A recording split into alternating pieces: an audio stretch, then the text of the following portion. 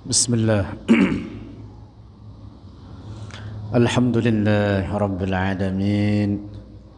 Wassalatu wassalamu ala sayyidina wa habibina wa syafi'ina wa qurrati a'yunina wa nuri qulubina wa maulana Muhammadin إمام الأنبياء والمرسلين وقائد الغر المحجلين وعلى آله وصحبه الطيبين الطاهرين اللهم لا سهل إلا ما جعلته سهلا وأنت يا حي يا قيوم تجعل الحزن إذا شئت سهلا اللهم ارزقنا الإخلاص في النية والقول والعمل ونعوذ بك من حال أهل النار آمين. بسم الله.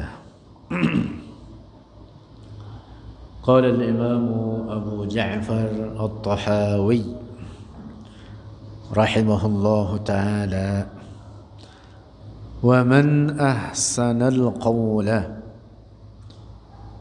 في أصحاب رسول الله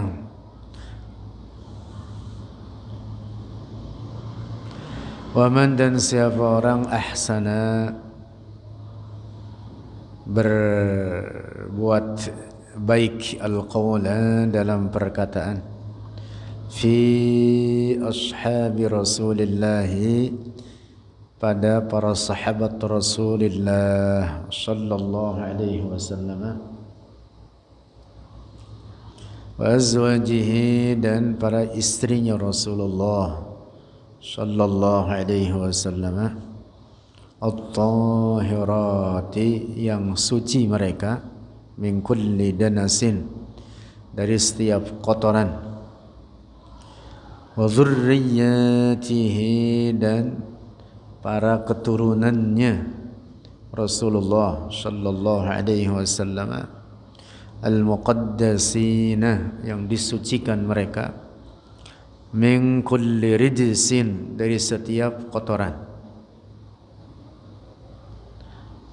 atau dalam satu pendapat syirk, dari syirik atau kekufuran. Faqad bari'a, maka sungguh bari'a telah terbebas dia man minan nifaqi dari kemunafikan.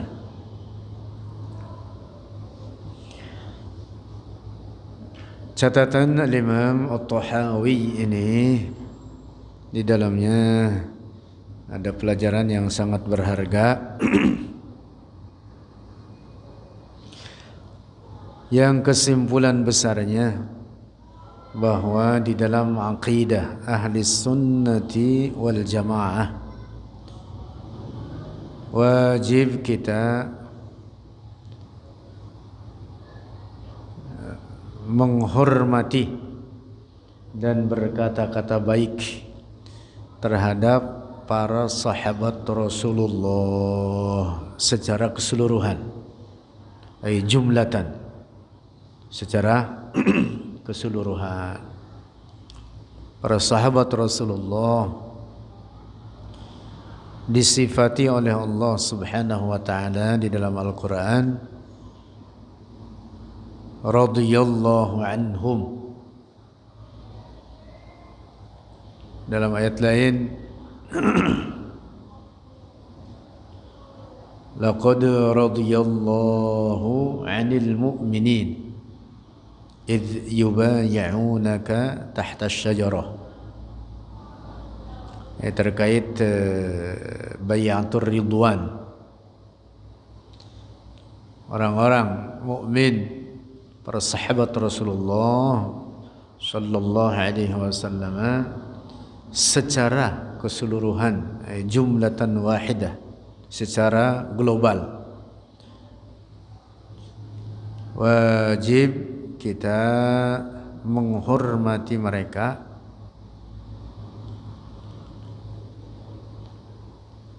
wajib kita meyakini adanya kebaikan pada mereka yang itu disaksikan oleh Rasulullah dalam pernyataannya, misalkan diantaranya dalam hadis ashabi kan nujum bi ayyihim iqtadaitum ihtadaitum. Ashabi, para sahabatku, kan nujum, seperti bintang-bintang, dengan manapun engkau mengikuti mereka, siapapun engkau ikuti mereka, ihtadaitum, maka kalian telah mendapatkan petunjuk. Nah, tentu ini bukan berarti bahwa semua para sahabat Rasulullah dengan derajat atau kedudukan yang sama, tidak. Para sahabat Rasulullah, keutamaan mereka bertingkat, sebagian mereka atas sebagian yang lainnya. Syekh Ibrahim Al-Laqani dalam Jauharut Tauhid mengatakan apa?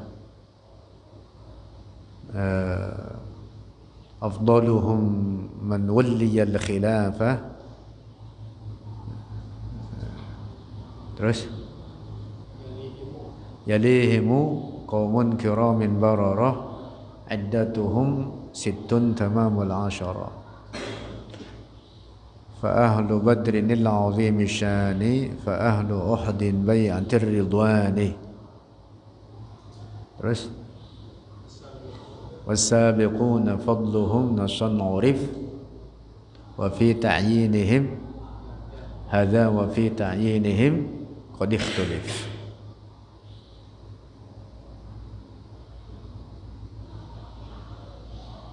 Nah, jadi tertib keutamaan para sahabat Rasulullah dimulakan Abu Bakar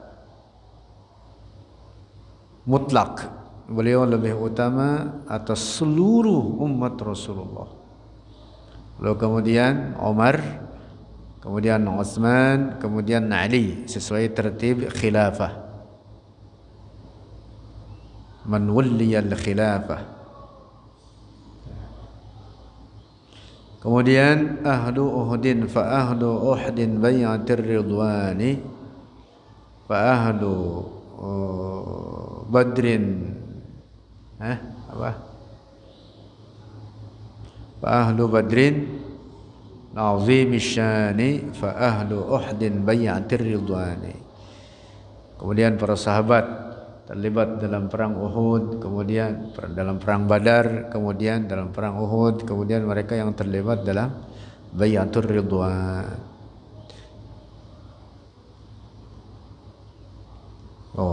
Disebutkan begitu. Nah, lalu setelah itu tingkatan mereka bertingkat masing-masing sesuai ketakwaan masing-masing bagi Allah Subhanahu wa taala. Nah, secara keseluruhan wajib kita menetapkan adanya keutamaan bagi mereka bisyarafis suhbah, karena adanya kemuliaan persahabatan dengan Rasulullah sallallahu alaihi wasallam. Juga wajib kita berkata-kata baik terhadap seluruh istri-istri Rasulullah wa azwajihi at-tahirat min kulli danas wa dhurriyyatihi al-muqaddasina min kulli rijis. Nah, ini pernyataan Al-Imam At-Tahawi, di dalamnya terdapat bantahan terhadap pemahaman sebagian orang seperti pemahaman sekelompok dari golongan Syiah ekstrim, di mana mereka mengkafirkan sahabat Rasulullah.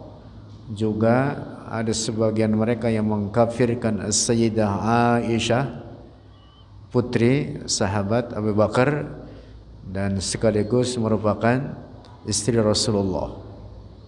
Termasuk mereka yang mengkafirkan Abu Bakar dan Umar dan putrinya, yaitu Sayyidah Hafsah yang juga merupakan istri Rasulullah. Nah, jadi Abu Bakar dan Umar ini sebenarnya adalah keduanya mertua Rasulullah. Lalu keduanya punya putri, yang kedua putrinya itu masing-masing adalah istri daripada istri-istri Rasulullah. Nah, karena itu wajib menetapkan adanya keutamaan bagi mereka, tidak boleh berkata-kata buruk terhadap mereka. Abu Bakar mertua namanya Abdullah bin Abi Quhafah. Umar mertua Rasulullah. Kemudian Utsman menantu Rasulullah. Ali menantu Rasulullah. Ya, sebenarnya al-khulafa al-arba'ah, para penerus Rasulullah yang 4 ini, mereka semua adalah keluarga Rasulullah. Abu Bakar mertua Rasulullah. Putrinya siapa? Sayyidah Aisyah. Umar ibn al-Khattab juga mertuanya Rasulullah, punya putri namanya siapa? Siapa dek? Hafsah. Namanya siapa? Hafsah, juga istrinya Rasulullah. Utsman menantu Rasulullah, mengawini 2 putri Rasulullah, yaitu Ummu Kulsum dan Ruqayyah. Sehingga Utsman digelari dengan apa? Zunnurain. Ali menikahi putri Rasulullah, Sayyidah Fatimah. Nah, jadi wajib kita menghormati mereka dan berkata-kata baik terhadap mereka semua, juga menetapkan keutamaan bagi mereka. Nah, ini yang dimaksud kurang lebih dengan apa yang dinyatakan oleh Imam Tahawi, wa man ahsanal qawla fi ashabi Rasulillah wa azwajihi at-tahirat. Dan keluarganya Rasulullah daripada keturunan-keturunannya, mereka semua wajib kita hormati. Kita tetapkan afdaliyah, keutamaan bagi mereka, sebagaimana itu ditetapkan bahkan di dalam banyak hadis-hadis Rasulullah. Nah, orang yang berkata-kata baik terhadap mereka, tidak mencaci, mencela mereka, maka ini orang apa? Bari'a minan nifaq. Al-Imam Tahawi mengatakan faqad bari'a minan nifaq. Lanjut. Bebas dari apa? Dari kemunafikan. Wa ulama'us salafi qala al-Imam Tahawi wa ulama'us salafi, dan para ulama salaf, minas sabiqin, dari orang-orang as-sabiqin, para sahabat terdahulu. As-sabiqin makna harfiahnya terdahulu. Yang dimaksud bahwa mereka adalah orang-orang yang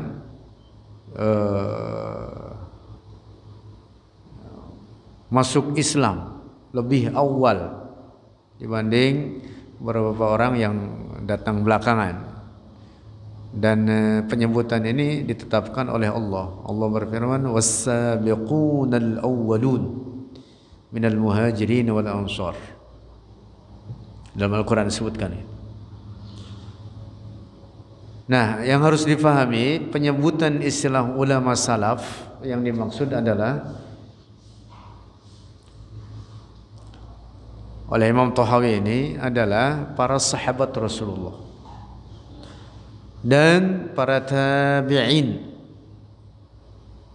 yaitu orang-orang yang berjumpa dengan para sahabat Rasulullah, dan orang-orang dari kalangan tabi'it tabi'in, yaitu orang-orang yang berjumpa dengan orang-orang yang berjumpa dengan para sahabat Rasulullah. Nah, periode 3 ini, 3 abad ini dalam Islam disebut dengan periode salaf. Abad pertama atau 100 tahun pertama, 1 qarn namanya. Al-qarn itu mi'at sanah. Sebutkan dalam hadis Nabi, khairul quruni qarni. Sebaik-baiknya qarn, al-qurun, abad-abad adalah abadku, yaitu di mana para sahabat Rasulullah hidup bersama Rasulullah, berjumpa dengannya. Summal ladzina yalunahum, kemudian orang-orang sudah mereka, yaitu kalangan tabi'in. Summal ladzina yalunahum, kemudian orang-orang yang datang sesudah mereka, abad ketiga, sebut dengan tabi'in. Nah, inilah yang disebut dengan apa? Salaf. Ingat-ingat itu. Adapun kalau ada orang di zaman sekarang ngaku dirinya salafi, ngaco itu. Secara bahasa salah, apalagi secara istilah lebih ngaco lagi. Karena secara bahasa penyebutan salaf itu adalah bersandar kepada apa? Periode salaf itu tadi. Kalau secara istilah dia bertujuan untuk menyandarkan diri kepada ajaran para sahabat Rasulullah atau tabi'in atau tabi'in. Kalau ada orang mengaku sekarang dirinya salafi, pertanyaannya, apakah dia berjumpa dengan para sahabat? Ratusan tahun mereka itu. Sudah sekitar 1400 tahun yang lalu. Penyebutan istilah salaf itu sebenarnya mengecoh, mengaburkan, sekaligus menyesatkan. Nah, orang-orang yang mereka namakan dirinya salafi itu sebenarnya mereka adalah orang-orang Wahabi. Mau mengaburkan penyebutan nama Wahabi, karena Wahabi itu namanya sudah sangat buruk, penuh dengan sejarah kelam, dikenal sebagai kelompok sesat. Ada banyak para ulama dari zaman ke zaman yang menyerang ajaran rusak Wahabi ini. Di zaman kita sekarang mereka berkamuflase dengan nama salafi. Nah, hati-hati. Wahabi mereka itu. Lanjut. Qala al-Imam At-Tahawi, berkata Imam At-Tahawi, wa ulama'us salaf, dan para ulama salaf minas sabiqin, dari as-sabiqin al-awwalin, orang-orang terdahulu dari kalangan para sahabat Rasulullah, wa man ba'dahum, dan orang yang sesudah mereka as-sabiqin, minat tabi'ina, dari kalangan tabi'in, ahlul khairi wal asari, adalah orang-orang baik, ahlul khair wal asar, dan orang-orang yang membawa ajaran Rasulullah. Ahlul asar adalah orang-orang yang apa? Megang teguh ajaran Rasulullah. Wa ahlul fiqhi wan nazar, dan mereka adalah orang-orang yang faham agama dan orang-orang yang mumpuni, orang-orang yang pintar, ahlun nazar dalam urusan agama. La yuzkaruna, tidak disebutkan akan mereka illa bil jamil, kecuali dengan sebutan yang baik. Wa man dzakarahum, dan siapa orang dzakarahum menyebutkan mereka, itu tadi ulama salaf dari kalangan sahabat tabi'in, ini termasuk tabi'in, bisu'in, dengan keburukan atau kata-kata yang buruk, fahuwa ala ghairis sabil, maka dia tidak di atas jalan kebenaran. Artinya dia seorang yang tersesat.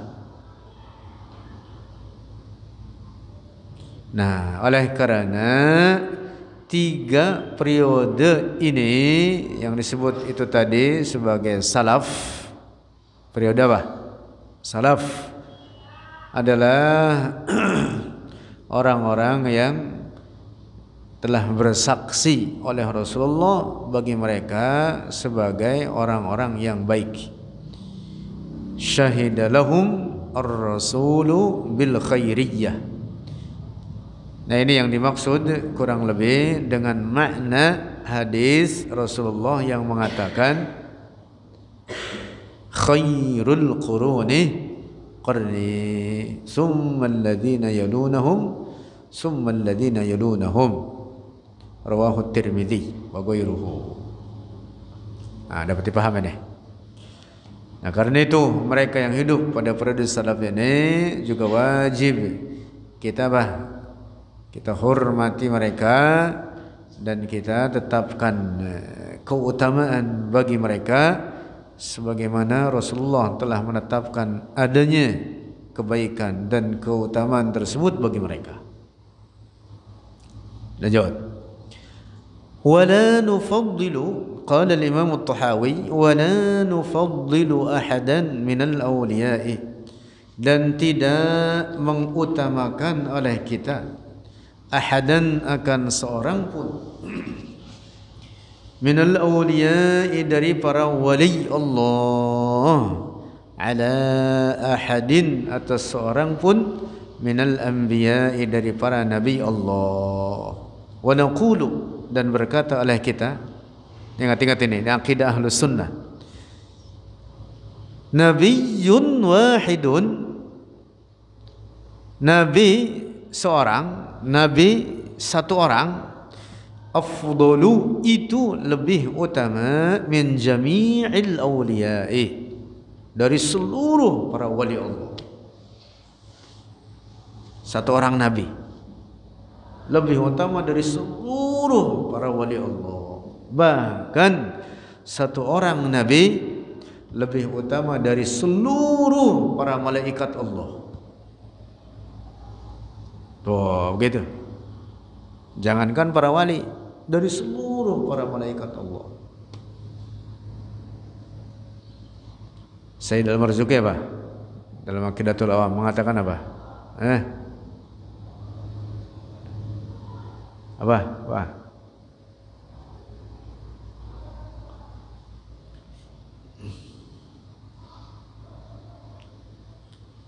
Para nabi lebih utama daripada para malaikat. Mengatakan ismatuhum kasairil malaika wajibatun wa fadlul malaika. Masyaallah. Ismatuhum, terpeliharanya para nabi, kasairil malaika, seperti terpeliharanya para malaikat. Wajibatun, itu wajib syara'an wa aqlan, secara syara juga secara akal. Wa fadlul malaika, dan bahkan para nabi itu lebih utama dibanding para malaikat. Paham dek? Apalagi para nabi, apalagi para wali. Nah, makanya seorang nabi Allah lebih utama dari seluruh para wali Allah. Ya, sebenarnya para wali dalam hal ini tidak hanya dari kalangan manusia, para malaikat disebut wali juga dalam makna umum.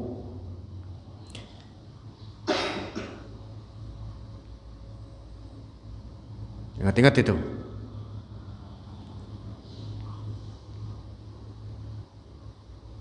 Para nabi Allah itu adalah para makhluk Allah yang paling tinggi derajatnya, tidak ada yang lebih utama dibanding mereka. Tidak ada yang lebih utama dibanding para nabi tersebut. Lalu di antara mereka para nabi nanti bertingkat. Mutlak paling tinggi derajatnya adalah Rasulullah. Kemudian setelah Rasulullah yaitu nabi-nabi ulul azmi. Selain Rasulullah paling tinggi, kemudian sisa daripada ulul azmi dengan tingkatan susunan berikut. Setelah Rasulullah Muhammad, kemudian Ibrahim, Musa, Isa, Nuh. Nabi-nabi ulul azmi namanya. Kemudian para rasul yang jumlahnya dalam satu riwayat 313. Kemudian sisa para nabi yang bukan rasul, banyak, puluhan atau ratusan ribu. Dalam satu riwayat hadis diriwayatkan oleh Imam Ibn Hibban dan lainnya, 124.000 nabi. Nah, diambil 313 sebelumnya, lebih tinggi derajatnya. Kemudian sisanya dari 124.000 nabi ini pada tingkatan setelah para rasul. Karena yang berpredikat rasul otomatis sebagai juga nabi. Tetapi yang nabi belum tentu sebagai rasul. Maka yang rasul itu lebih tinggi derajatnya dibanding yang nabi saja. Para ulama kita mengatakan apa? Kullu rasulin nabiyyun wa laysa kullu nabiyyin rasulan. Kullu rasulin nabiyyun. Setiap rasul adalah seorang nabi. Tetapi tidak setiap nabi sebagai seorang rasul.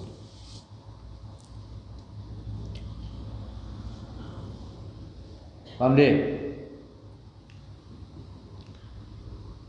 Jadi kalau ada orang misalkan ribut menetapkan siapa yang lebih utama di kalangan para wali Allah, lalu siapa yang lebih utama untuk dikunjungi, katakan kepada mereka yang lebih utama mutlak adalah para nabi Allah. Seorang nabi Allah lebih utama dibanding para wali Allah. Lalu para wali Allah nanti bertingkat. Mutlak paling utama dari umat Rasulullah ini adalah Abu Bakar. Itu tadi yang kita sebutkan. Kemudian Umar, kemudian Utsman, kemudian Ali. Sesuai tertib khilafah. Kalau di zaman sekarang pada ribut wali fulan, rebutan tingkatan kewalian mana yang utama, Habib anu atau Syekh anu, kita katakan yang paling utama Abu Bakar Siddiq. Itu akidah Ahlus Sunnah. Kemudian Umar. Tidak ada yang lebih utama daripada Abu Bakar.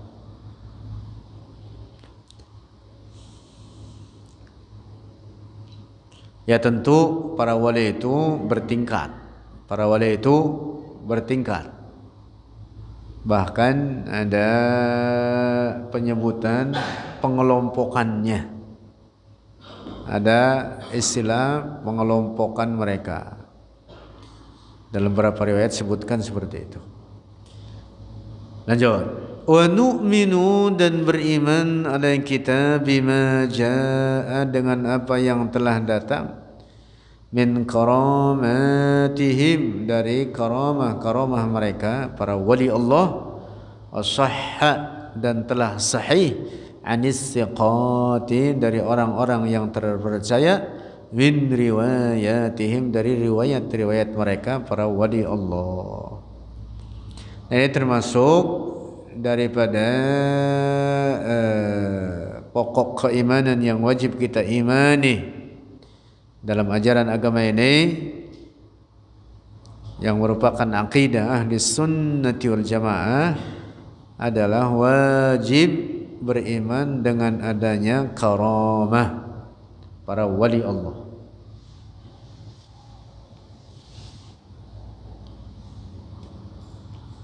Paham deh? Saya tambahkan tadi keterangan sedikit. Para wali Allah itu derajat mereka diraih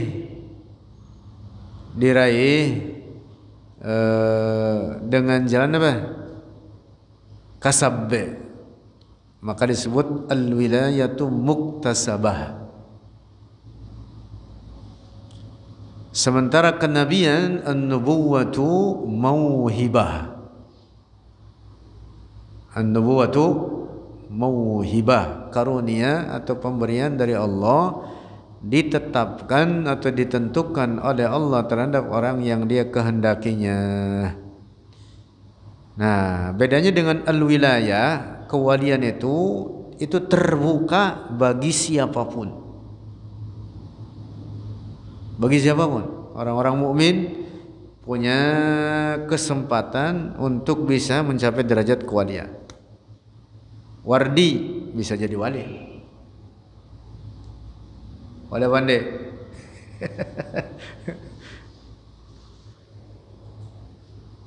Semua orang mukmin. Asal betul dia menjalani syarat-syaratnya dan ketentuan-ketentuannya bisa sampai kepada derajat wali tersebut. Ya tentu Allah memberi karunia juga kepada para wali Allah untuk berlaku taat, berlaku saleh hingga diangkat derajatnya. Itu semua hakikatnya karunia juga sama dari Allah. Cuman penyebutan ada istilah yang berbeda antara kewalian dan kenabian di sini, bahwa al-wilayah itu apa? Muktasabah. Sementara an-nubuwah mauhibah. Makanya Syekh Ibrahim Al-Laqani mengatakan apa? Apa? Walam takun nubuwatun muktasabah walau raqa fil khairi a'la aqabah bal dzaka fadlullah yu'tihi liman yasha'u jallallahu wahibul minan. Makanya hafalin jarut tauhid enggak hafal-hafal. Hafalun.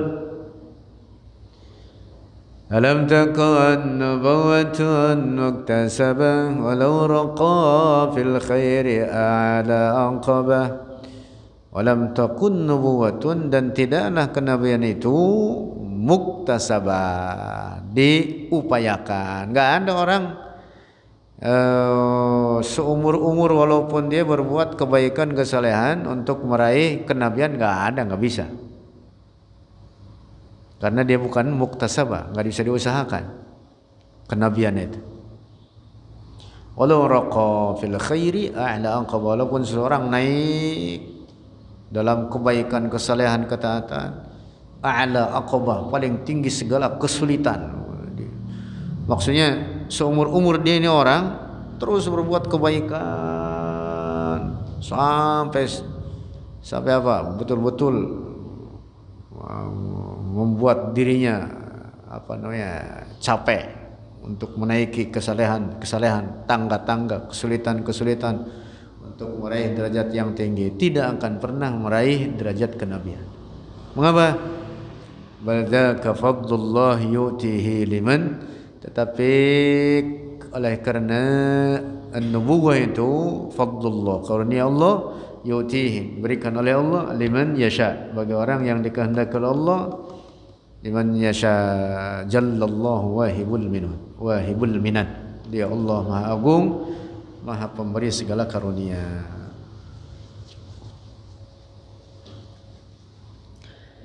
Nah, kemudian pokok keimanan yang wajib kita imani bahwa para wali tersebut memiliki karamah. Pada para nabi disebut mu'jizat, al-mu'jizat. Kalau para wali disebut dengan karamat. Nah, apa itu karamah dan mu'jizat? Amrun khariqun lil 'adah, yaitu perkara yang di luar adat kebiasaan, barang yang tidak normal. Bedanya kalau karamah pada para wali, tapi kalau mu'jizat dari para nabi, maksudnya dibarengi dengan pengakuan daripada sahibul mu'jizat ini bahwa dirinya seorang nabi. Ini bukti kenabian saya. Jadi mu'jizat itu seperti apa? Ketetapan dari Allah bahwa Allah menetapkan sadaqa abdi fima yuballighuhu anni. Seakan-akan Allah menetapkan ini hamba saya sebagai nabiku, utusanku, dia benar dengan segala apa yang disampaikan bagi kalian wahai umat manusia. Dalam apa yang disampaikan dariku, dari wahyu-wahyu, itu semuanya kebenaran. Nah, dikuatkanlah dengan adanya mukjizat ini. Mukjizat itu jadi kedudukan untuk itu, sehingga orang tidak ada apa lagi, tidak ada Tidak ada jalan lagi untuk bisa membantah. Nah, dari segi kejadiannya antara karamah dengan mukjizat itu sama-sama disebut amrun khariqun lil 'adah. Amrun khariqun lil 'adah. Ya, perkara yang di luar adat kebiasaan. Walaupun seakan mungkin sama. Misalkan Nabi Isa menghidupkan orang mati, Syekh Abdul Qadir menghidupkan yang udah mati juga. Yang udah mati dihidupin lagi. Ayam bahkan, ayam udah tinggal tulang doang, dihidupin lagi oleh Syekh Abdul Qadir. Atau burung udah matang dimakan jadi tulang, hidup lagi, terbang. Itu karamah namanya. Jadi ada kisah itu riwayat menyebutkan ada wali, kurang lebih begitu, wali santrinya Syekh Abdul Qadir datang, orang tuanya gitu, orang tua muridnya nih, murid Syekh Abdul Qadir datang, orang tuanya, ini anaknya kurus, ini mondok kurus betul, kasih makan lo kagak? Itu Syekh Abdul Qadirnya waktu itu terlihat sedang makan apa? Daging ayam, kurang lebih begitu. Wah, ini si wali santri protes, Tuan Guru, ini santri anak saya nih, santri Tuan Guru dan anak saya kurus betul. Lah sementara Tuan Guru makan daging. Kata Syekh Abdul Qadir, kalau nanti anakmu sudah bisa seperti ini nih, lihat. Ayam, bangun. Bangun. Tinggal tulang tadinya padahal. Bangun lagi. Kalau kamu nanti anakmu sudah bisa begini, silahkan makan ayam. Adapun di sini Wardi makan ayam mulu dah. Besek juga. Wah. Ya deh. Mie ayam, goreng ayam. Wah, ayam mulu Wardi makannya. Pinter kagak. Pinter kagak. Makan ayam mulu Wardi. Nah, itu namanya karamah deh. Apa deh? Karamah. Nah, ketetapan karamah ini Wardi ditegaskan oleh Allah dalam Al-Quran, sehingga wajib beriman dengan adanya karamah ini. Disebutkan dalam beberapa ayat Al-Quran, misalkan tentang As-Sayyidah Maryam, ibunya Nabi Isa, wali Allah dari kalangan perempuan, tinggi derajatnya. As-Siddiqah, wali Allah dari kalangan perempuan, sangat tinggi derajatnya. Maryam Ummul Masih, bahkan beliau disebut atau digelari dengan As-Siddiqah.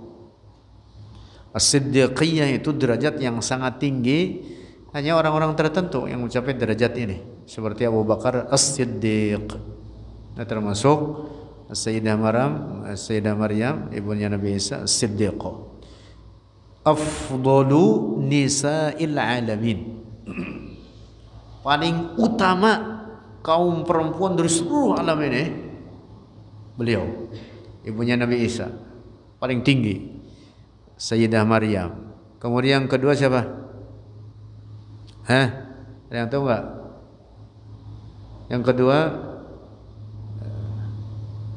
Yang kedua Khadijah.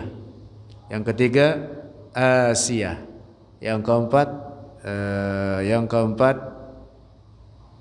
Fatimah. Maaf, yang kedua Fatimah, kemudian Asia, kemudian Khadijah, 4. Yang kelima, kebanyakan para ulama mengatakan As-Sayyidah Aisyah. Tertibnya begitu. Yang mutlak adalah Maryam Ummul Masih, afdalun nisa'il alamin.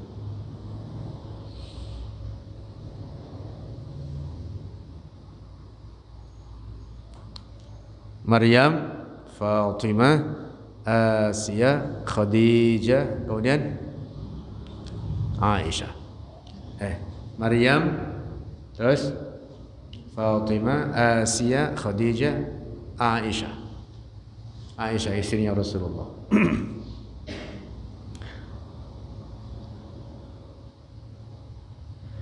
Di dalam Al-Quran disebutkan terkait karamah Sayyidah Maryam ketika masih muda, masih muda beliau itu, belasan tahun umurnya,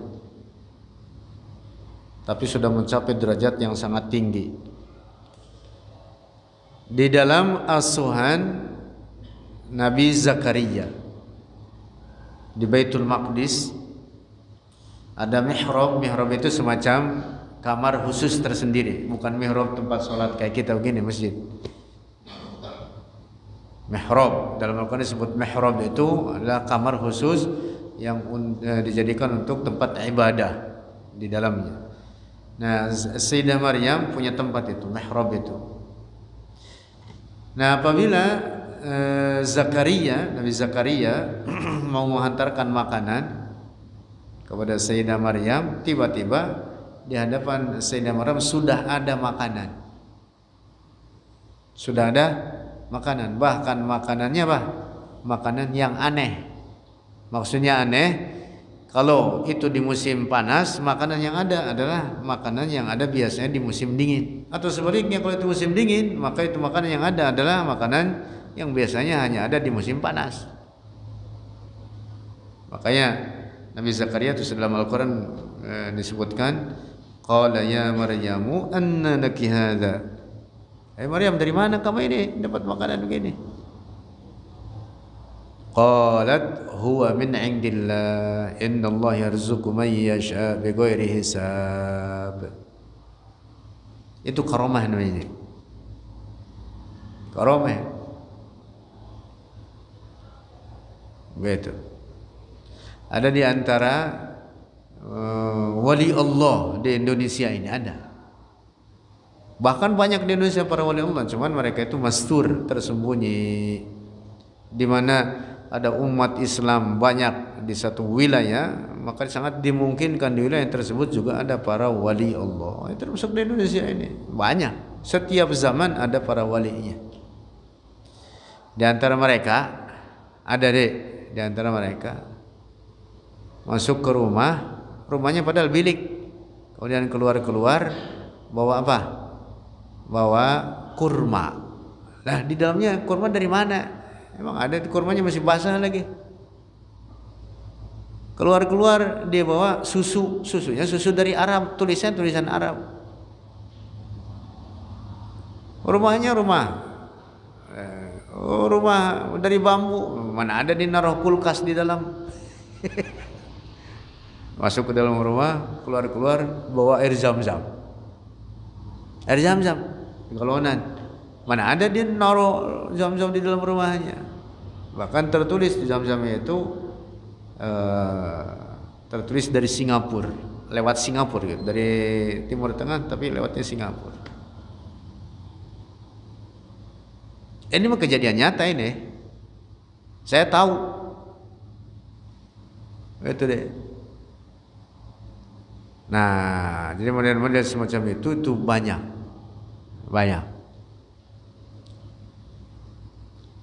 Bahkan ada di antaranya yang ngomong ke saya sendiri deh. Dia dari Lampung ke Sukabumi. Kalau kita makan naik bis, dia mah enggak. Duduk, tawajuh, tahu-tahu sampai. Gitu. Duduk, tawajuh sampai. Sebalik lagi bagaimana? Ya begitu, duduk, tawajuh, berdoa, minta kepada Allah sampai. Orangnya sendiri bicara sama saya. Banyak gitu saya dapat tapi saya kagak bisa.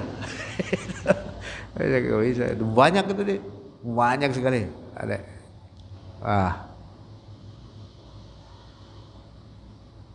Banyaklah. Nah, di dalam hadis pun demikian ditetapkan adanya karamah dari beberapa para sahabat Rasulullah disebutkan dalam banyak riwayat, bahkan ada sahabat Rasulullah misalkan yang pulang dari majlis Rasulullah setelah berjumpa Rasulullah, bisa pulang gelap, nggak ada listrik di rumah, bawa tongkatnya nyala, nunjukin jalan, nyala sampai pulang ke rumahnya. Ada sahabat Rasul yang begitu, ada itu, tongkatnya nyala. Lalu ini dua orang nih, kemudian berpisah, yang satu ke sono, satunya ke sono. Kemudian apa? Nyalanya akhirnya pindah, dua-duanya akhirnya nyala. Ya, tongkatnya masih yang ini nyala, yang ini nyala. Begitu. Kalangan para sahabat Rasulullah.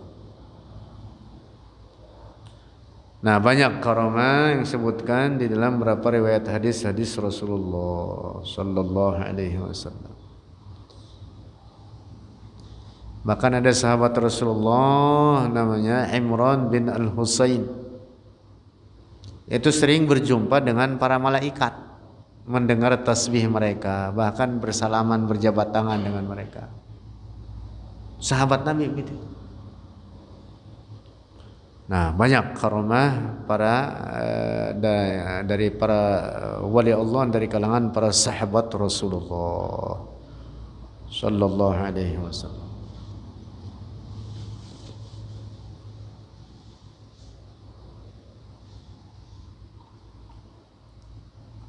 Wallahu a'lam bissawab.